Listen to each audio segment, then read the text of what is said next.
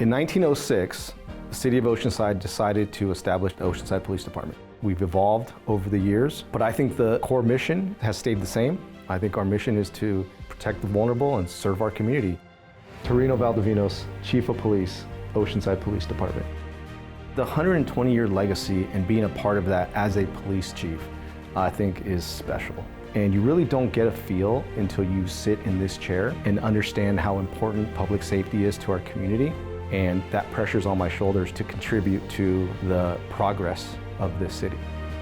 The Oceanside Police Department consists of 4 divisions. We have the Patrol Division, the backbone of our department, ensuring a visible presence and prompt response to calls for service. We have the Investigations Division, which delves deeper into crime and conducts thorough investigations to bring perpetrators to justice. We also have the Community Services Division. This division is made up of specialized units dedicated to addressing community needs and quality of life issues. And then we have the Support Services Division, which provides essential support to the department to keep it running smoothly. Together, these divisions work tirelessly to address the needs of our community. Through these hallways, you see the love and the respect of the Oceanside Police Department to the city and the community of Oceanside. The history on our walls, dating back to 1906 to now, tells a story of dedication, of service, from fallen officers to achievements, awards, just history of the city of Oceanside and the Oceanside Police Department. So what our newer officers have to deal with that maybe we didn't have to deal with, they are so good with social media, with cameras in their face, and speaking to people. The way we train our officers now is completely different than how we trained when I was coming up. They're so patient, they're so empathetic, and again, I think that just speaks to where we are as a city. To now we're offering wellness programs, and we're expecting our officers to be able to communicate and show their emotion and to let us know if they're struggling with something. And I think that makes for a better police officer, and ultimately that results in better service to our community. My name is Andy Gallardi, and I've been a police officer with the Oceanside Police Department since 2019. Just like this last 120 years, I hope in 120 years that we're carrying on the same values. I think that we should focus on our community. We're a part of a community, and it's going to be very interesting to see what happens in the future. Yes, my father was a police officer for over 25 years with the Oceanside Police Department. My dad loved his time at the Oceanside Police Department. In fact, he designed the badge with the mission on it. When I got sworn in, he gave me the prototype badge, so it's kind of one of the family legacies I get to carry on. I think in the 50s and 60s, they went 10-8 with a revolver and a pair of handcuffs, and I feel like it's just so different.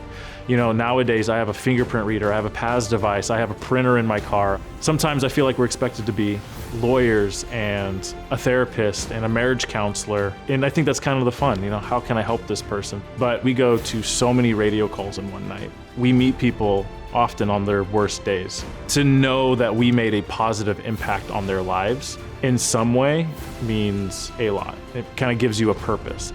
It's personal to me that I want all my actions to reflect well for not only the community and not only for the police department, but I get to wear the badge that my dad made. And I hope that the next generation will carry the torch, so to speak, that we're carrying for the previous generation.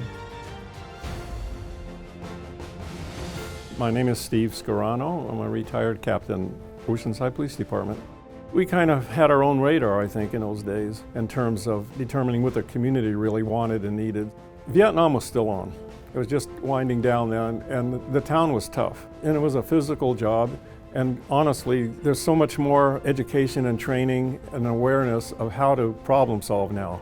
In those days, we tried to arrest our way out of any problems, which is absolutely not the way they're operating today as I understand it. Because people like this chief and a couple of chiefs before him, starting really some brilliant leadership here that said, we're going to involve the community in finding out how to solve problems better. He really cares about the community and he knows how to get the input from it. When I was in here a couple of months ago addressing every one of the shifts at the chief's invitation in this legacy project, I was looking at the faces of sons and daughters of officers I worked with. They are just as noble and courageous because police officers don't get paid for what they do, right? You couldn't pay them enough for that. They get paid for what they're willing to do. I guarantee that thin blue line is made so much wider by worthy, noble people that are out there fighting the good fight, people that meet in this very room. People like Tony and Dan that gave their lives in the course of their work. I'm Kim Watson. I'm a communications manager at Oceanside Police. If you talk to many cops here, they have a Kim story on the radio, and I love hearing those. Nowadays, you really do have to have some kind of a technology. When I started, no. When I started, we only had 1 or 2 systems you had to log into. Now the dispatchers have 26 different logins in different systems they have to utilize to be able to do this job. They have to learn all of the codes, just like the officers, all the crime elements. I love when a big incident's going on and it's like an orchestra. You can hear them communicating, you can hear the information going in quickly. I love seeing them use the tools that they're given, but I say we're a family here, and I've always said that. Some days you go home and when it's busy, you're just exhausted. Last year we had about 66,000 911 calls. We are the very first person that anybody ever talks to. And unfortunately, it's not their best day when they're calling the police. We have to be able to make them feel comfortable and get the information quickly to get the officers there quickly. This career has been very fulfilling. I have served this community. I have taken calls from children who have had to do CPR on their mother. We have had some really bad incidents, and what stays with me is how we take care of business and then we take care of each other later. I really enjoy this job, and I'm hoping that everybody enjoys it as much as I do. I try and give them what they need to do that. I tell stories all the time of past calls so that they can have the same experiences, so they know why we do the things that we do. Oftentimes, a lot of things get pushed on law enforcement because we are the easy entity to deal with things. We're here 24/7, 365. But I think as time has evolved, we've realized that maybe law enforcement, maybe police, were not the best at dealing with certain things. Homelessness, mental health, drug addiction. And there are other entities that can deal with these situations better than we can. I'm talking trained professionals. We learned a lot through COVID. We learned a lot through George Floyd. I felt that we in Oceanside handled it so well because we reached out to those individuals who were protesting. We had a relationship with them. We provided them with services so that they could protest safely and soundly. And this goes back to the reason why I wanted to be a police officer here in Oceanside, because of the diversity and the impact that I could have in this city. I never thought that I would be chief of police, but to me it's a huge responsibility to the history of the Oceanside Police Department, dating back to 1906. Success isn't as a result of just policing. It's a combination, it's working together with those entities, making sure that we're all going in the right direction. And that is absolutely as a result of the relationship between the police department, City Hall, and the community. And you see the result is what it is, and it speaks for itself.